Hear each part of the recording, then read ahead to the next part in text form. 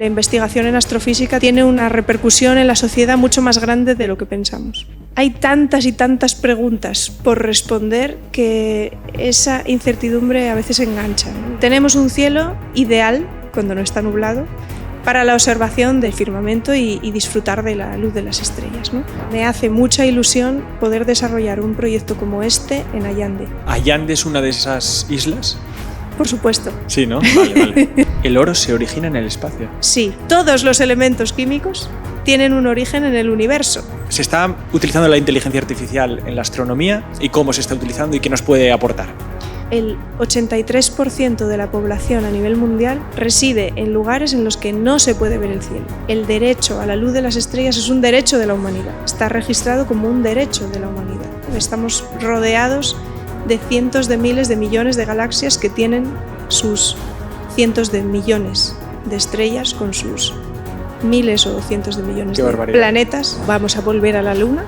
Yo creo que ya nos toca a las mujeres pisar esa superficie de la Luna y dejar ahí las huellas bien marcadas. Si estamos solos o no en el universo, qué va a ocurrir en el futuro del universo, todas estas preguntas. Sí, que luego quiero hacerte algunas de estas. Vale. Muy buenas a todos y bienvenidos a un nuevo podcast de Personas que dan vida, un podcast de la Fundación Caja Rural de Asturias, en el que queremos traer a personas que puedan hablarnos sobre los 4 ejes estratégicos de nuestra fundación y hoy enfocándonos en el eje estratégico de la divulgación y de la innovación y el talento, tenemos la gran suerte también de contar con Lucía González. Bienvenida, Lucía. Buenas tardes. ¿Qué tal? Muy bien, encantada de estar aquí. Lucía, eres astrofísica. Me gustaría que lo primero de todo te presentes, que sepamos quién eres. Habrá gente que te conoce porque creo que has sido muy famosa por un programa de Planeta Calleja, pero me gustaría eso, que te presentes, quién eres y por qué eres astrofísica. Pues nada, soy Lucía, soy doctora en astrofísica, directora del proyecto de divulgación científica en zonas rurales en astronomía que se llama Allande Stars. Y bueno, también tengo una formación de la Fundación Starlight por el tema de la protección del cielo nocturno, especialmente en zonas rurales. Creo que también hablamos de eso en algún momento. Uh-huh. Y nada, la historia de por qué soy astrofísica básicamente está muy relacionada con la calidad del cielo de Allande, con la contaminación lumínica y ambiental reducida que tiene el territorio, que hace que el contemplar las estrellas pues sea una auténtica pasada, y de ahí viene un poco mi pasión por la astronomía y por lo que decido estudiar astrofísica. ¿Y esa vocación es desde pequeñita? Desde muy pequeña. O sea, siempre te gustó ya el tema de la astronomía y entiendo que estudiaste física, ¿no? Sí. Bueno, mis padres dicen que desde 7, 8 años ya como que lo tuve clarísimo. Y recuerdan, de hecho, un día que insistía mucho en que quería ir a ver las estrellas y que me llevaran a algún sitio del monte o al tejado o algún sitio donde se pudieran ver bien. Y desde aquel día, o sea, que se me quedó grabado a fuego que yo quería saber más de todo eso que te transmite el cielo cuando lo ves, ¿no? Quería saber si algunas de esas estrellas también tienen sus propios planetas, dónde están las otras galaxias, si son más grandes o más pequeñas que la nuestra.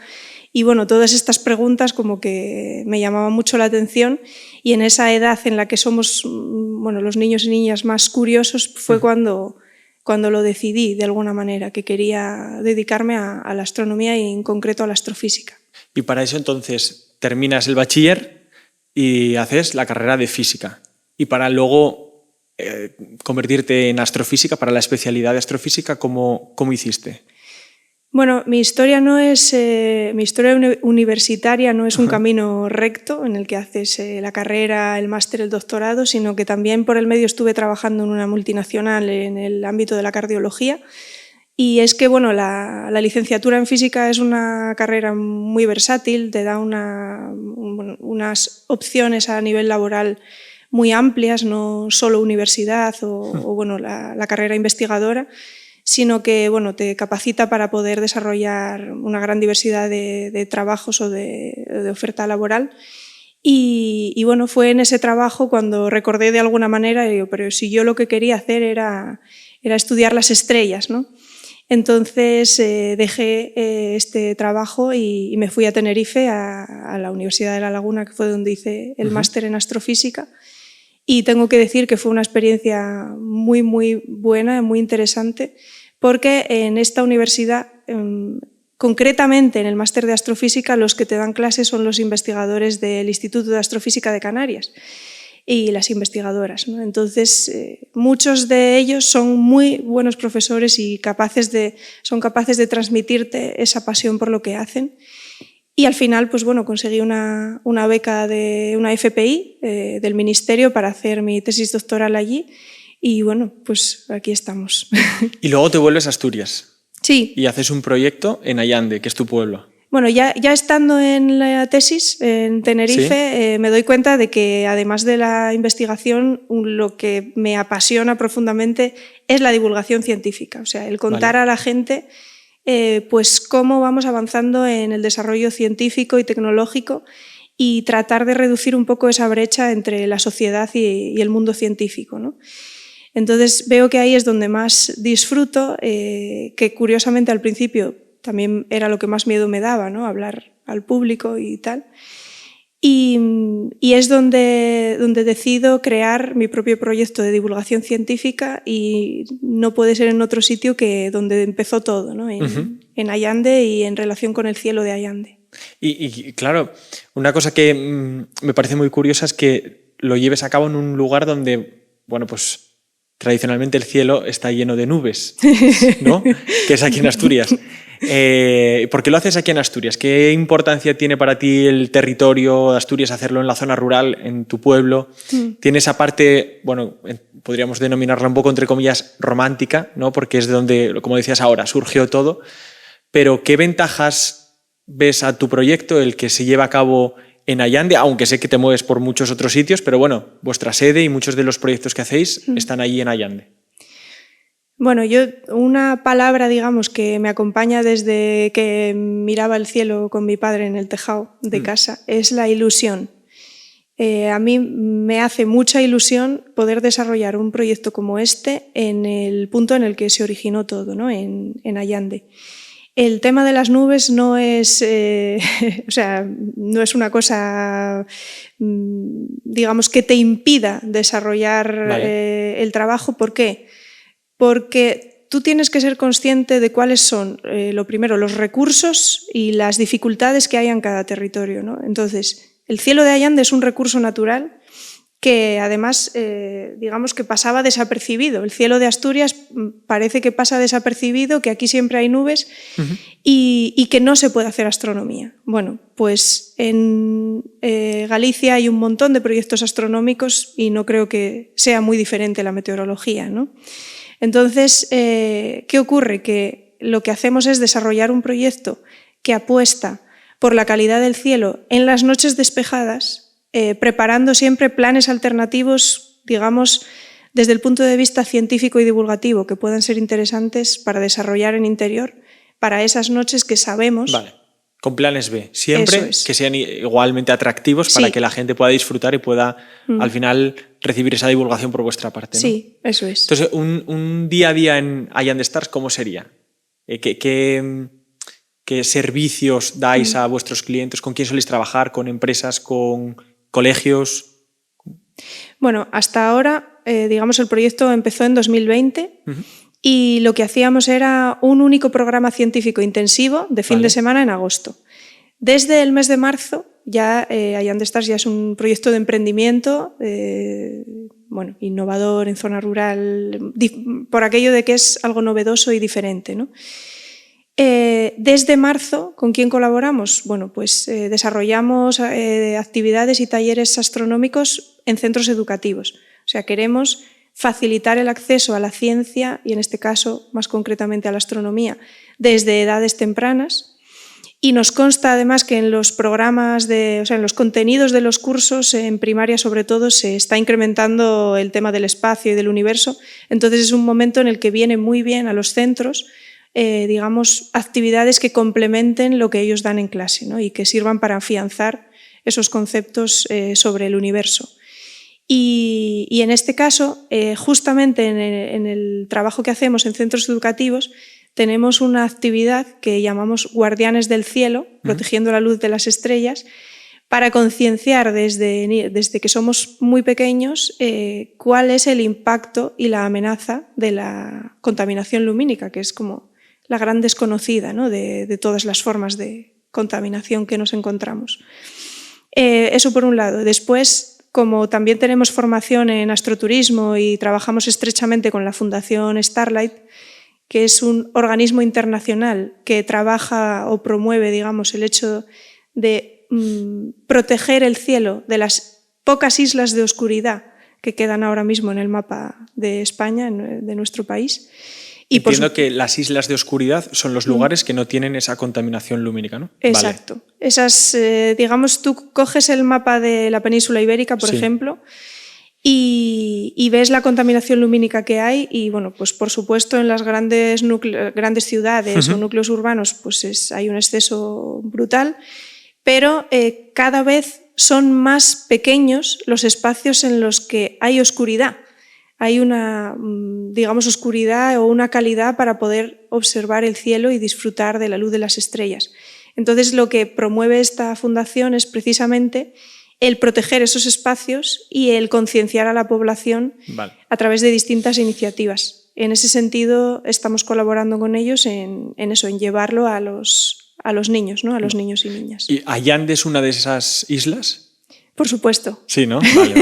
Vale. Bueno, Allande, toda la parte del suroccidente de Asturias, digamos, está, vamos, la zona de Cangas, de Gaña, Ibias, Fuentes del Narcea, están, vamos, se puede ver perfectamente que es una zona muy, muy buena para la observación del cielo. Y si quieres, comparto contigo una pequeña anécdota de este tema. Cuando, bueno, Allande a día de hoy es el único concejo de Asturias que cuenta con la certificación de la Fundación Starlight de Destino Starlight. ¿Esto qué quiere decir? Que tenemos un cielo ideal, cuando no está nublado, para la observación del firmamento y disfrutar de la luz de las estrellas, ¿no? Cuando se mueve el proceso de certificación en Allande, tiene que venir un auditor o auditora a ver si realmente estas son las condiciones que... bueno, si son reales, ¿no? Es un auditor de Starlight. Sí. Vale. Bueno, pues vino de Canarias, de Tenerife, y vino conmigo a la zona del Alto de la Marta, del puerto del Alto de la Marta, ahí en Allande, y cuando se bajó del coche, bueno, alucinó, y después me dijo que allí había hecho la mejor medida de cielo de su vida, en Allande. ¡Wow! ¡Qué y guay! Es una persona que está trabajando en el Parque Nacional del Teide, quiero decir, no es, o sea, ahí se justifica el por qué desarrollar un proyecto como este en la zona rural y concretamente en el suroccidente de Asturias. Qué guay, qué bueno. ¿Qué otras verticales tenéis dentro de Allande Stars? Bueno, pues el tema es que este proyecto es muy amplio, ¿no? Porque eso, tocamos el área de educación, también muy importante el tema del turismo. Y yo quería mencionar aquí que una de las razones por las que existe Allande Stars, aparte de mi amor por el cielo y el territorio, es para ayudar a la zona rural a posicionarse, a tener un futuro, a diversificar. O sea, es mi lucha por Allande o mi pequeño granito de arena de cómo ayudar a una zona que está perdiendo población a pasos agigantados y tiene un recurso natural que está ahí, está disponible y yo creo que, bueno, que aprovechando mi formación y lo que a mí me gusta trabajar en esto, tenía que ser Allande el sitio desde el que liderar la iniciativa. Después, aparte de eso, de ayudar a lo mejor a otros territorios que quieran lo mismo, ¿no? Promocionar su cielo nocturno y atraer este tipo de turismo sostenible y respetuoso con el medio ambiente, también trabajamos en la generación de recursos turísticos. ¿Esto qué quiere decir? Pues que a día de hoy no queremos un turismo masivo que genere basura o contaminación digamos, irrespetuoso, ¿no? Sino que lo queremos sostenible y a poder ser relacionado con la ciencia, porque ya llamas a un perfil muy concreto. Esto se puede hacer a través de la astronomía. Y ya por último, pues otras actividades que hacemos desde el proyecto son pues desde la organización de jornadas astronómicas o observaciones de cielo nocturno, donde nos estamos moviendo ahora también a otros otros sitios de Asturias, como también la investigación en cómo la astronomía está presente en el patrimonio de la zona rural. Es decir, la astronomía se ve en la orientación de los yacimientos arqueológicos, en esas minas de oro de época romana que tiene el oro un origen astrofísico. Se ve en el aprovechamiento de las brañas de media montaña, porque son brañas equinocciales, y ahí tiene que ver todo con el calendario y con los movimientos de la Tierra y alrededor del Sol. Es decir, la astronomía no es algo abstracto, sino que forma parte de nuestras vidas, y a pesar de contar con el mayor desarrollo tecnológico de todos los tiempos, estamos más desconectados que nunca. Entonces, este proyecto trabaja para volver a conectar con la astronomía y ver cómo está ligado a nuestra Tierra y que nos permita redescubrir nuestra Tierra a través de la ciencia. Guay, qué bueno. Y este proyecto que tú empezaste en el año 2020, que comentabas ahora que desde marzo ya es continuo en el tiempo, no solamente en el mes de verano. ¿Tú qué esperas qué te gustaría que fuese Allende Stars de aquí a, iba a decir 5 años o de aquí a 3 años, dentro de 3 años? ¿Cómo te gustaría que este proyecto creciese? Lo primero que me gustaría es poder consolidar el astroturismo en Asturias. O sea, vale. que no sea ya una pregunta habitual el podéis hacer astronomía en Asturias, ¿no? O sea, el que quede claro que se puede hacer, que hay cielos de calidad, exacto, vale. Y que hay un montón de recursos, ya no solo planes B en interior, sino a nivel patrimonio. Nosotros, por ejemplo, el proyecto está ligado al patrimonio. O sea, ¿qué es diferente de nuestro proyecto de divulgación científica frente a otros que pueda haber en otras comunidades autónomas? Nosotros trabajamos cuál es la relación entre la astronomía y el patrimonio. Por ejemplo, en la zona de Allande, pues ¿sí? Hablo de Allande porque es la que mejor conozco, hay mucha presencia o mucha importancia por el tema del oro, ¿no? La extracción, sí. De la explotación minera. En época romana del oro. Bueno, pues resulta que el oro tiene un origen astrofísico. No se origina en el planeta Tierra, sino que se origina en el espacio. ¿El oro se origina en el espacio? Sí. Todos los elementos químicos tienen un origen en el universo. Ajá. Entonces, ese concepto es lo que queremos acercar a la población, de hecho, a través de las actividades que estamos desarrollando en colaboración con vosotros también. Nosotros, ¿no? Sí. Partir de un elemento químico, de su origen astrofísico y hablar de cómo ese elemento químico tiene una relevancia en el patrimonio asturiano. Entonces, esto resulta bastante novedoso y te permite desarrollar actividades que no dependen de tener un cielo despejado. Claro. Hablabas antes de... Bueno, llevamos un rato hablando por la pata de divulgación, que al final es un poco el propósito que tiene el proyecto de Allende Stars y que es uno de nuestros ejes estratégicos, y otro es la parte de innovación y talento. Entonces, tú que estás en contacto con jóvenes por la parte de divulgación, ¿tú qué le dirías a un joven que se quiere dedicar a la astrofísica? Porque quizás es una carrera que se ve como muy lejana, ¿no? Ser astrofísico, pues en el día a día... ¿Para qué vale, no? Pues claro, porque dices tú, pues un policía, un bombero son, sí. Ya sabes, están ahí en la ciudad, pero un astrofísico, ¿qué hace en su día a día?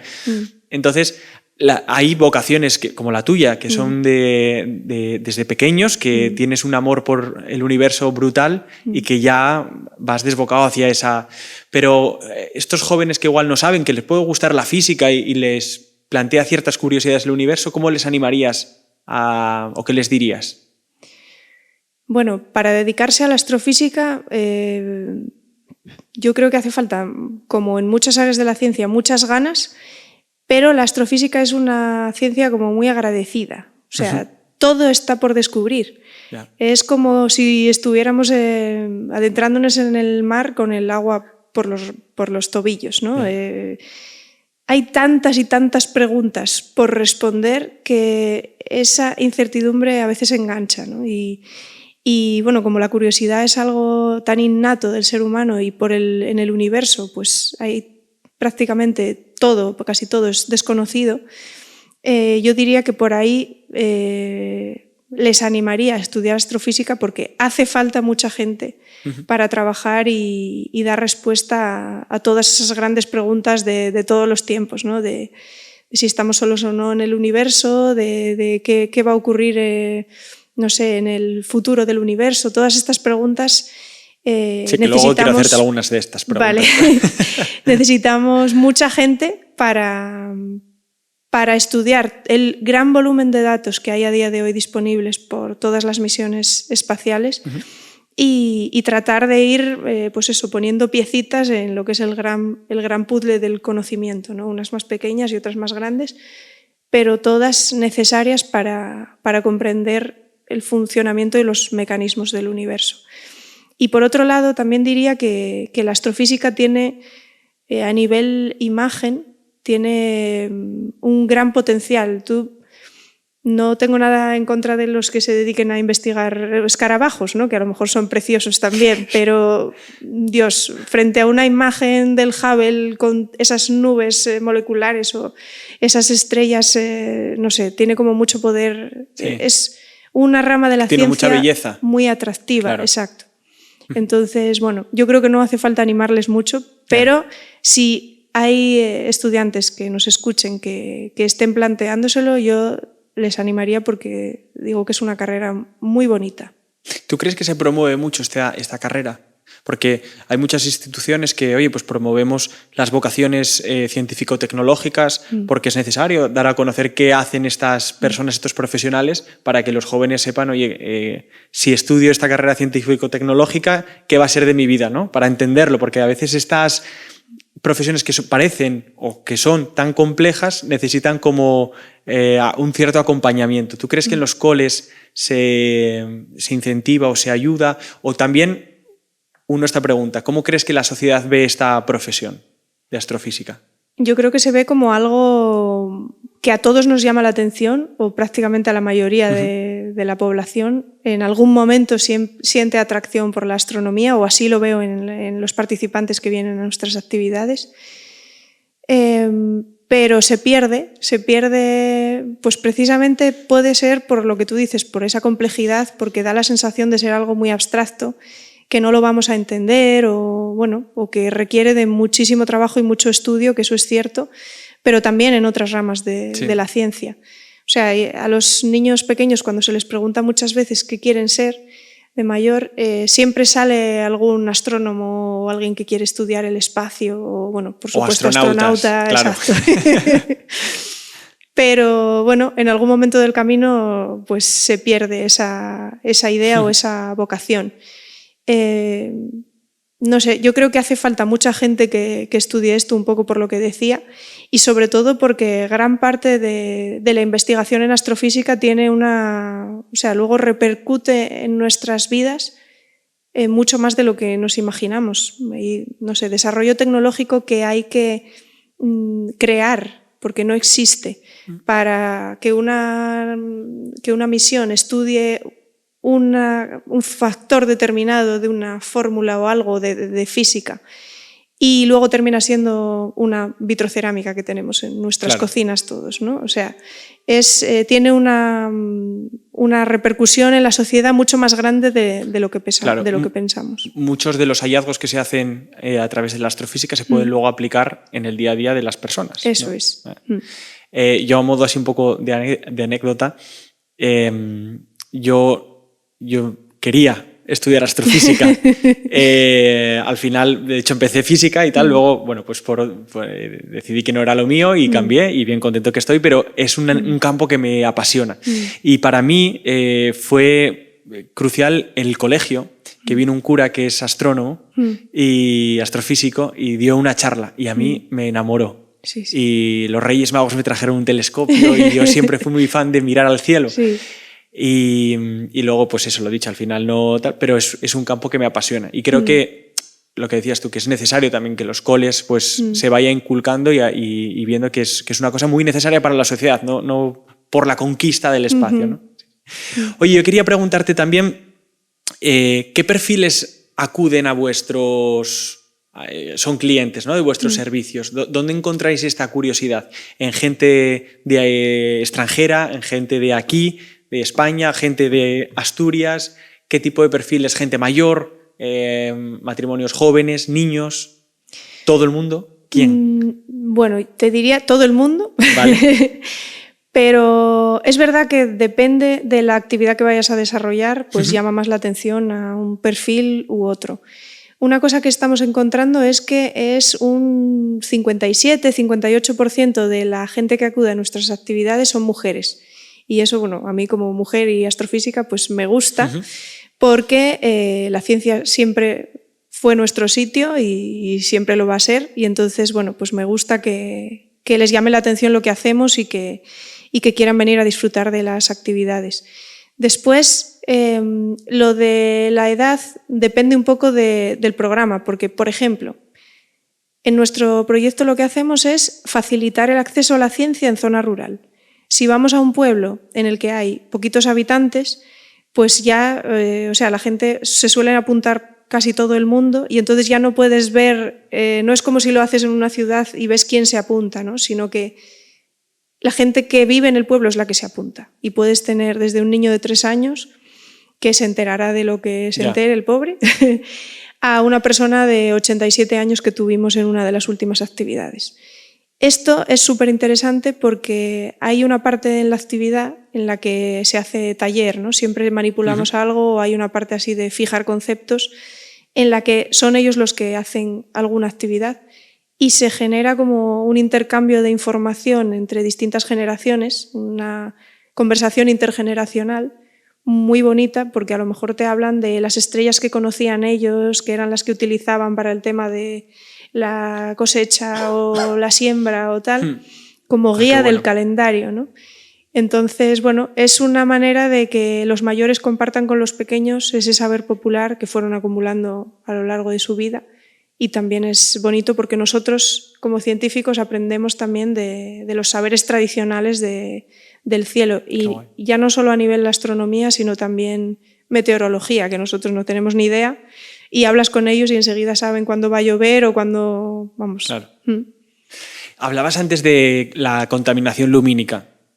Muchas veces hablamos de contaminación y se nos viene a la cabeza el humo saliendo del tubo de escape de un coche o de una fábrica, pero hay una contaminación que es la lumínica. Entonces quería preguntarte qué es y en qué nos puede perjudicar, porque igual es una contaminación que no tenemos tan presente y que quizás sí que deberíamos de tener muy presente. Y cómo desde el proyecto vuestro pues tratáis de poner en valor su existencia. Pues mira, justamente, este tema de la contaminación lumínica a mí es uno de los que más me motiva y me apasiona dentro del proyecto.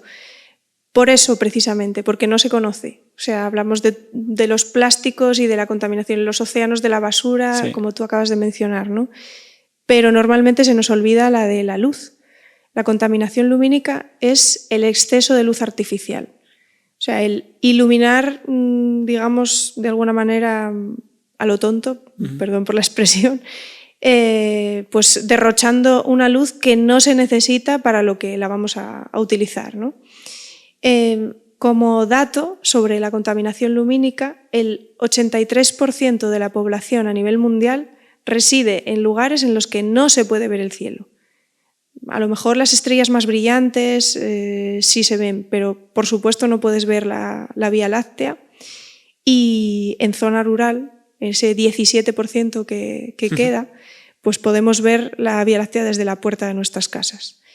Y esto es muy importante, ¿por qué? Porque el derecho a la luz de las estrellas es un derecho de la humanidad. O sea, está registrado como un derecho de la humanidad.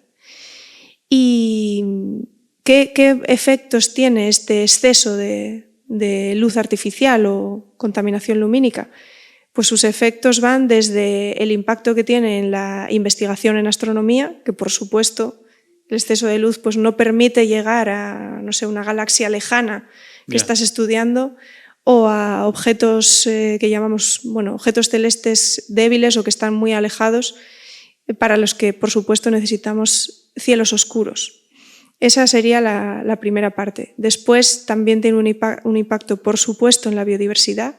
Cantidad de especies, más del 50% de las especies tienen o vida o hábitos de vida nocturnos para los que necesitan oscuridad y hay un impacto en las zonas en las que hay este exceso de luz. Y después también, esto es bastante desconocido, pero hay artículos científicos en Science y otras revistas que hablan de ya el impacto que tiene el exceso de luz artificial en la vida de las personas, en la salud de las personas, sobre todo relacionado con el descanso, con la calidad del descanso. Y por último, estamos hablando de derroche de energía y por lo tanto gasto innecesario a nivel económico. En cuanto a lo que decías del impacto en las personas, bueno, es conocido por todos, ¿no? Lo perjudicial que es irte a la cama y mirar el móvil, que dicen que te hace te impacta negativamente al descanso de una forma brutal. Quería hablar ahora y hacerte una serie de preguntas, un poco de curiosidad, oye, ya que tengo una astrofísica aquí delante, sobre el universo en general, ¿vale? Que son, bueno, preguntas que quizás los ciudadanos de a pie no tenemos este conocimiento y que puede generarnos curiosidad. Yo me gustaría que me hicieras una foto, que fueras ampliando la foto del universo, de lo más micro a lo más macro, entendiendo por micro nuestro sistema solar. Es decir, si tuviésemos una nave que fuese haciendo fotos y nos fuésemos alejando, haríamos una foto de nuestro sistema solar. Si te vas alejando más, ¿qué nos iríamos encontrando de lo que conocemos? Bueno, esta pregunta es muy interesante. ¿Sí? A ver, bueno, lo primero diría que yo no tomaría como referencia de micro el sistema solar, pero vale. lo voy a hacer, ¿eh? Pero, vale. O sea, para mí el universo de lo micro a lo macro es como si estuvieras, o sea, como si desde tu posición pudieses ver hacia lo más pequeño, pues estamos hablando de partículas elementales, a nivel físico, ¿no? No solo de átomos y las partículas que lo componen, electrones, neutrones y protones, sino más allá. O sea, llegar a lo más elemental y desde ahí empezar a crecer hasta llegar a un cuerpo humano y de ahí seguir aumentando vale. hasta el sistema solar y más allá, ¿no? Vale. al universo vale. Entero. Entonces eso sería, yo lo veo como un espejo, ¿no? ¿Por qué? Porque hay a nivel galaxias, las galaxias se agrupan en estructuras, este no es mi campo, ¿vale? Lo voy a intentar explicar de forma sencilla. Las galaxias se agrupan en estructuras que da la sensación de asimilarse a algo como una red neuronal, que sería lo que ocurriría en el interior de nuestro cerebro. Entonces, es muy bonito este viaje o esta comparación entre lo micro y lo macro porque ves que la naturaleza tiene estructuras muy similares en ambos lados, ¿no? A ambos lados de este espejo.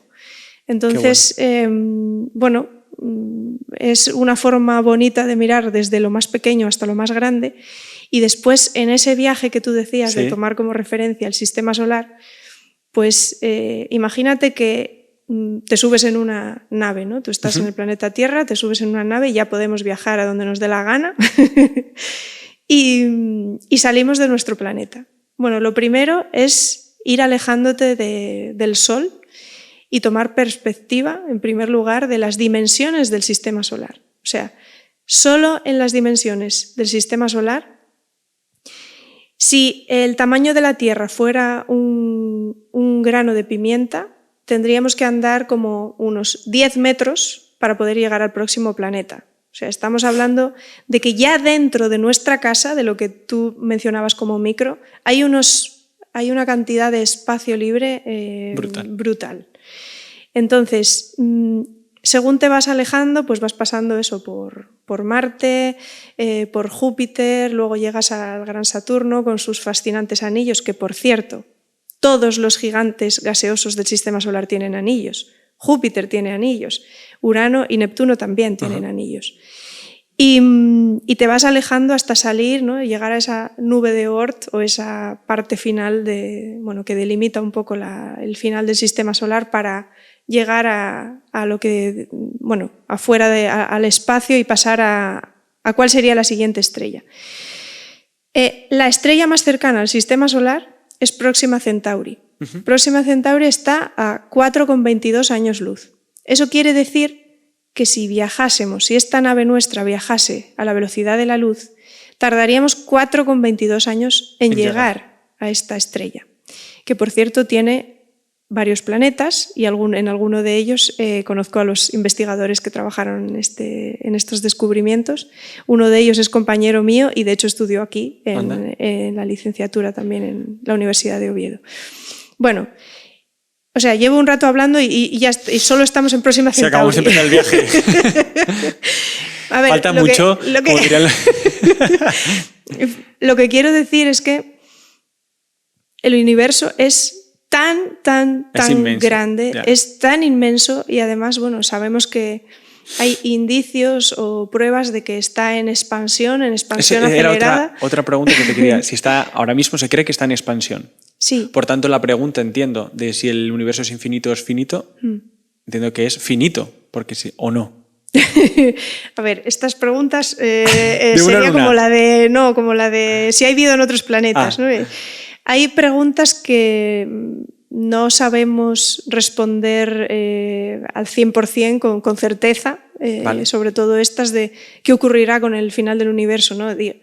Hay indicios que nos demuestran, por ejemplo, que las galaxias se están expandiendo y lo están haciendo de forma acelerada. Pero no sabemos realmente cuál va a ser el final del universo, ¿no? Y ni dónde está ese límite. Podemos hablar del universo observable, que es el que delimita el lugar al que ha podido llegar la luz desde el inicio del universo. Bueno, este tema es denso y seguro que otros de mis compañeros de Ian the Stars lo explicarían muchísimo mejor. Pero bueno, volviendo a ese viaje del que mencionabas, pasamos por las estrellas más cercanas, ¿no? Como Próxima Centauri o otras que podemos ver en la noche cuando miramos al cielo. Todas las estrellas que vamos a ver están en nuestro vecindario, están en nuestra galaxia, en nuestro vecindario. Nuestra galaxia, la Vía Láctea, tiene unas 300.000, 400.000 millones de estrellas. Entonces, solo en la Vía Láctea ya estaríamos un buen rato en ese viaje descubriendo un montón de maravillas y de cosas súper interesantes, como por ejemplo los más de 5.500 exoplanetas o planetas que orbitan a otras estrellas, otras de estas estrellas, en los que quizá podría haber vida en alguno de ellos. Y bueno, ya si salimos de nuestra galaxia, pues nos encontramos con que el universo está plagado, completamente lleno de galaxias. Hay una anécdota de una de las imágenes más famosas tomadas por el Hubble, por la misión Hubble. ¿El Hubble es? Es una misión de la NASA, es el precesor del James Webb, que está actualmente... Que es un telescopio que está en el espacio. Sí, eso es. Es un satélite que está en el espacio investigando en el rango óptico infrarrojo, bueno, digamos un cierto tipo de luz que nos da información de unos determinados procesos que ocurren en el espacio, ¿no? Bueno, esta misión... Perdón, que hace unas fotos guapísimas de las galaxias. Vale. Traducido para gente como yo. Bueno, el tema es que esta misión tomó una fotografía de un cuadradito del cielo en el que parecía que no había nada, ¿no? Y estaba todo oscuro, no había nada en los mapas. Y entonces se dejó ahí el telescopio un tiempo midiendo. Cuando esa imagen se reveló, se encontró que en ese pedacito de nada súper pequeño del cielo había cientos de galaxias.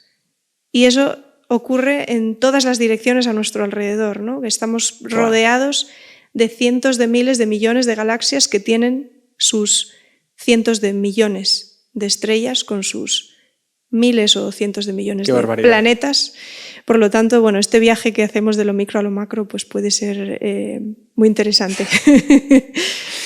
A día de hoy, ¿cuáles son los mayores retos que tiene, llamemos entre comillas, la conquista del universo? ¿En qué se está trabajando? Bueno, muchas cosas entiendo, ¿no? Pero ¿cuáles son los retos a día de hoy que tiene el mundo de la astrofísica? ¿En qué se está enfocando ahora mismo?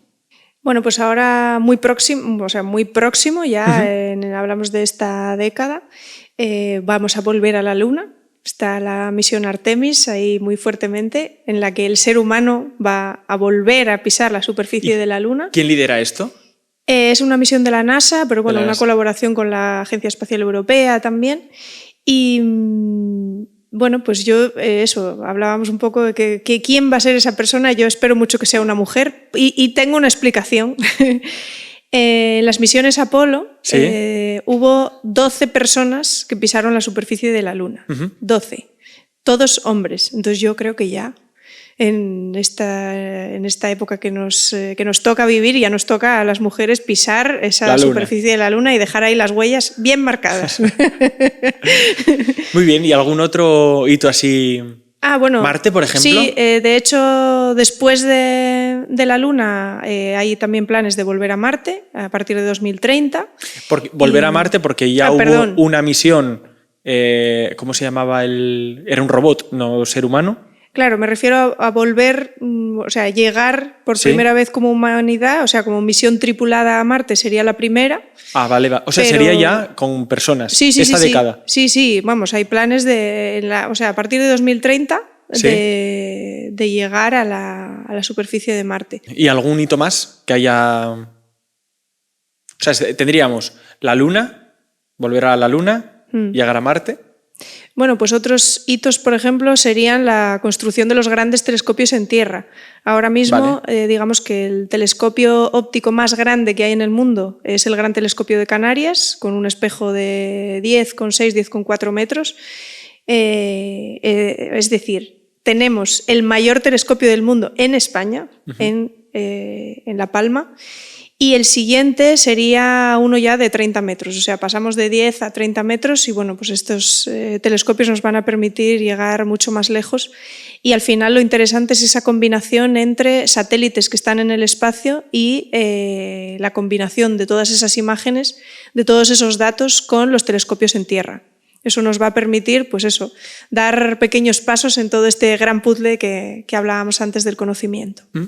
Hablabas de que en Palma tenemos un telescopio espectacular y quería preguntarte un poco por España en general y Asturias en particular en términos de investigación en el ámbito de la astronomía, de la divulgación. ¿Cómo estamos? ¿Dónde crees que podríamos mejorar? ¿Cuáles son los siguientes pasos que tenemos que dar eso a nivel España y en particular a nivel Asturias?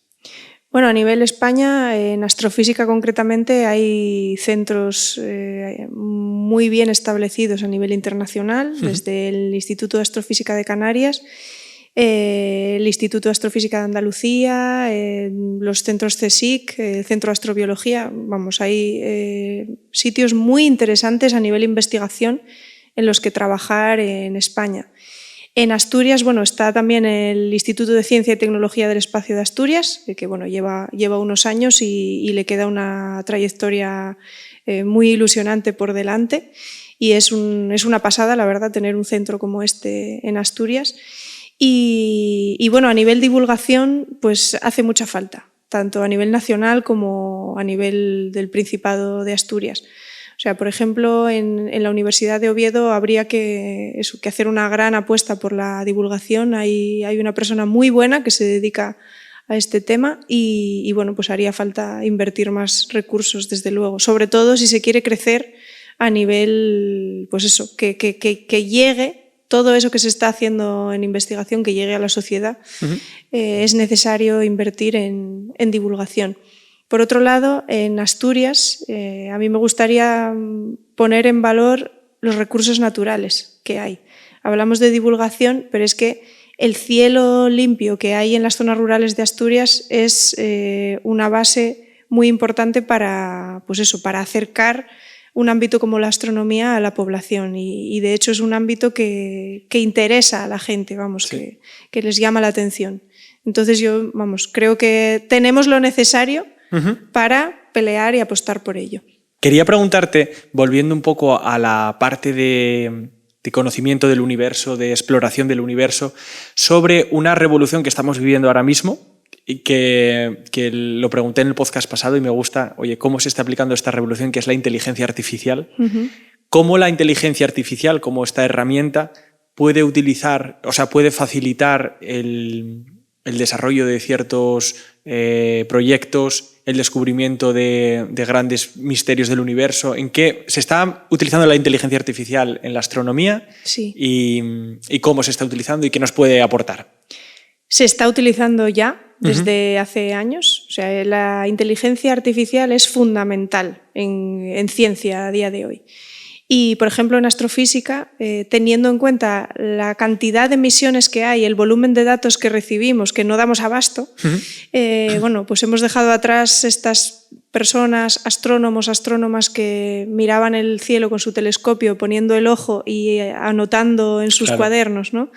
Y ahora tenemos tal volumen de datos que llegar a todos esos datos, o sea, llegar a gestionar, a interpretar y a trabajar con todos esos datos sin inteligencia artificial sería un trabajo, bueno, pues muy tedioso y complicado. Una aplicación, por ejemplo, de la inteligencia artificial es el reconocimiento de estructuras. Por ejemplo, una persona que se dedica al ámbito de las galaxias, ¿no? Y estamos tomando una fotografía, como la que comentaba antes del Hubble, en la que puede haber cientos de galaxias. Bueno, pues tú tienes que programar esa red neuronal o entrenarla para que sea capaz de distinguir, pues quiero saber cuáles de estas galaxias están mirando hacia la Tierra, face on, que decimos en astrofísica, en qué posición están con respecto a nosotros. Si son espirales, si son elípticas, si son barradas, queremos clasificarlas. ¿Por qué? Porque yo voy a trabajar en las barradas, yo en las elípticas, yo en estas en concreto. Entonces, el tener una inteligencia que te clasifica todos estos miles de objetos, bueno, pues facilita muchísimo el trabajo. Es un ahorro de tiempo brutal. Sí, entiendo, ¿no? Y esto es solo un ejemplo de lo que se puede hacer, pero esto se hace también con estrellas binarias, con un montón de cuerpos celestes en investigación en astrofísica. Qué bueno. Oye, por ir terminando, como hago en otros podcasts, me gustaría pedirte recomendaciones, ¿vale? Entonces digo una cosa y tú qué nos recomendarías. Un libro. ¿Qué libro nos recomendarías tú para leer? Libro recomendaría El nombre del viento. Es el primero de 3 libros y a mí me fascinó. El segundo también salió, el tercero estamos esperando, no sabemos si saldrá en algún momento, ya esperando desde 2013 te hablo, ¿eh?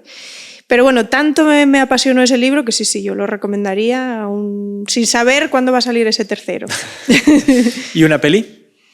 Bueno, una peli que a mí me gustó mucho es la de La vida secreta de Walter Mitty o, por ejemplo, la de Big Fish. Ambas me gustan un montón y las recomendaría. Y son muy del perfil de persona soñadora.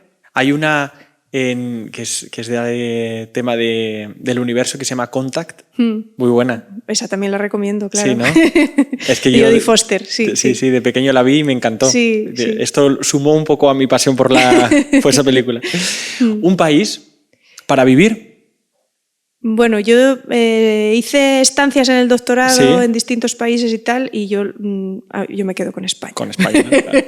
¿Y para visitar? Un país para visitar. Sí. Pues tendría que visitar muchos más, yo creo, para poder hacer esta recomendación. Yo ahora tengo muchas ganas, por ejemplo, de ir a Islandia. Y no es porque se haya puesto de moda, sino que de hecho está relacionado con la peli de Walter Mitty, porque salen los paisajes, a mí me gusta mucho la naturaleza y la montaña, y yo iría a Islandia, pero todavía no fui, o sea que es una recomendación a medias. Vale. Y por último, un video podcast. ¿Sueles escuchar? Sí, bueno, suelo escuchar y también participé en algunos. Y, por ejemplo, uno que se está haciendo también desde aquí, desde Asturias, de un compañero del suroccidente, es el de La Tu Movida, se llama el nombre del podcast. De Javier, ¿no? Sí.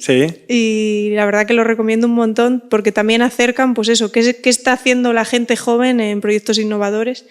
Y bueno, es muy interesante. Qué guay. El podcast. Muy bien, pues nada, no queremos robarte más tiempo, darte de nuevo las gracias por haber venido, por habernos dejado fascinados con tus conocimientos, con la grandeza del universo, con la belleza del universo. Y nada, estaremos en contacto, esperemos que este gran proyecto que es Science Stars siga igual de bien que está yendo y que siga creciendo. Y nada, muchísimas gracias por haber venido. Pues muchas gracias a vosotros por esta oportunidad y nada, cuando hagáis el 2.0 yo me apunto. Vale, fenomenal. Pues nada, esperemos que os haya gustado a todos y nada, nos vemos en el próximo podcast. Chao, chao.